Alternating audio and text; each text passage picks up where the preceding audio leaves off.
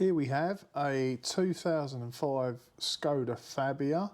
It's fitted with the 1.2 3-cylinder petrol engine and it's got roughly 78,000 miles on the clock. As part of this full service I'm doing on the Skoda today, I like to include a rear brake inspection. It's got drum brakes, so we're going to go ahead and take the wheel off and the drum off and see what's going on in there. So before I start, jack the car up or take it up on the lift, I want to make sure the wheel nuts are loose.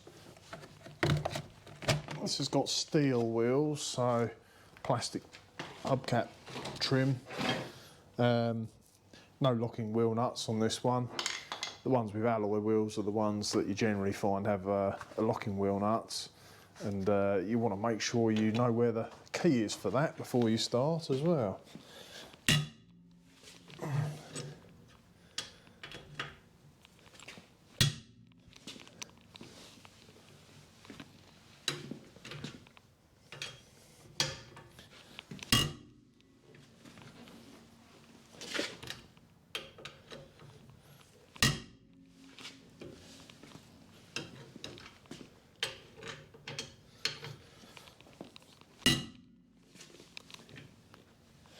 That's it, they're all loose. Now, before I take it up in the air, I just want to make sure the handbrake's fully released as well, which it is. So next we'll go ahead and get the vehicle up to a working height.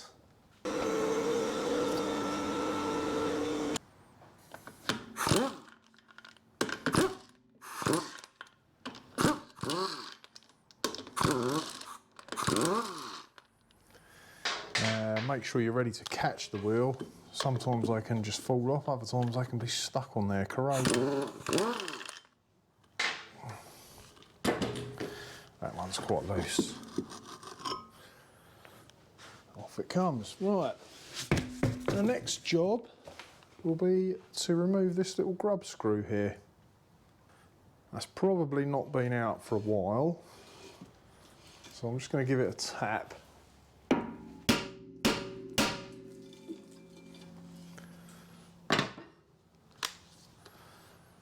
It's a Torx 30, I believe.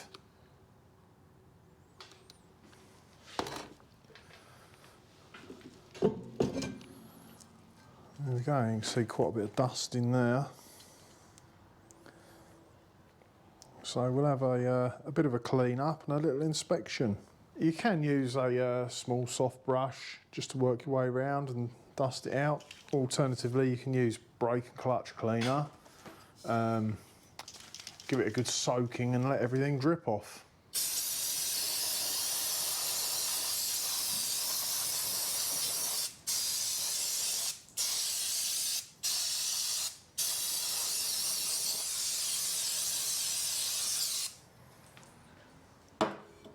That does evaporate pretty quickly and dry out, just leaving a dust residue on the floor. So, a few things to look at. So these are your shoes, one each side, very similar. And that's your friction material there, fixed to the metal backing. Sometimes these are bonded on, in this case you can see it's riveted on. Just make sure it's not worn down near to the rivets. You can see there's probably about, I'd say 4mm there. And it looks an even wear all the way around on both sides. Sometimes they can wear uneven and get quite near the rivets, but they look good. This is your hydraulic wheel cylinder. It's a good idea to make sure, there you go, that can push in and it comes back out by itself. That's not seized. Both sides are working freely, and you can carefully pop these back and make sure it's dry in there, there's no leaks. And there's a little bit of moisture there, but not too much.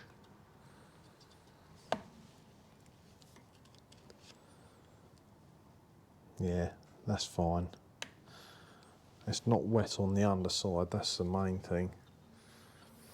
if there was any more moisture than that in there, I'd recommend a replacement cylinder, because the seal is weeping very slightly, but doesn't really warrant changing at this moment in time.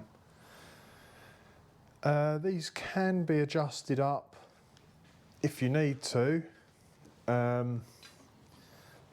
carefully getting a screwdriver behind the shoe and levering it out. You might be able to see there's a spring there which is pulling down on a wedge-shaped piece of metal here. So as you lever the shoe out, it will pull that metal down and hold it further out. They're a little bit more tricky to release, to de-adjust, if you like. So if you are adjusting it, just make sure you go very slowly and gently. You can actually put your finger on there and feel it click as it takes up any slack. I think that just went one click then. Yeah, I'm not going to go mad with this because the handbrake felt good and the drum was quite a snug fit. That's about it really. You can, if you want to, you can pop the shoes off by releasing these two fittings here, which you just need to put your finger behind here, because that's centre pin goes all the way through. Support it, and with a pair of pliers push this down and turn it 90 degrees, and that will release and your shoe will come out. And some people like to grease the contact points between the shoe and the back plate. You'll find 3 on each shoe. Right, so I'm quite happy with everything in there. We'll just get this drum back on. And you've got to line up your little grub screw.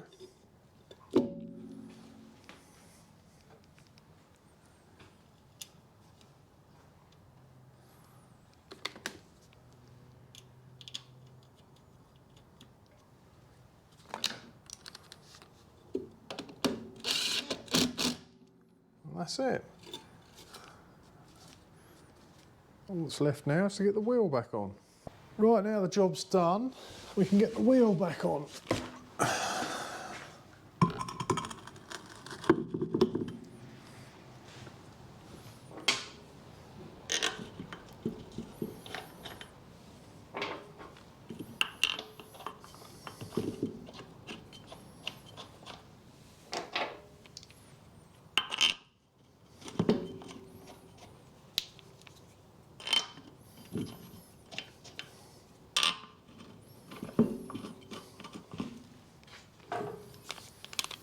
Do these up with a gun, but I will put it on the floor and double check tightness by hand.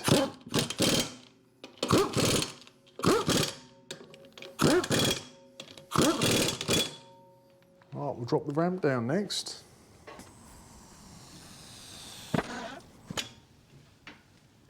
I just always like to check things by hand afterwards. And it's pretty clear that the impact gun does things up tight. And as with every fixing on a car, you will find a tightening torque specification for all the nuts and bolts. I just like to check these by hand. Just got to be sensible about it really. I'd imagine there to be about 110, 120 Newton meters if you've got a torque wrench to hand. Right, get this wheel trim back on, remembering to line up the dust cap with a little cutout in the trim.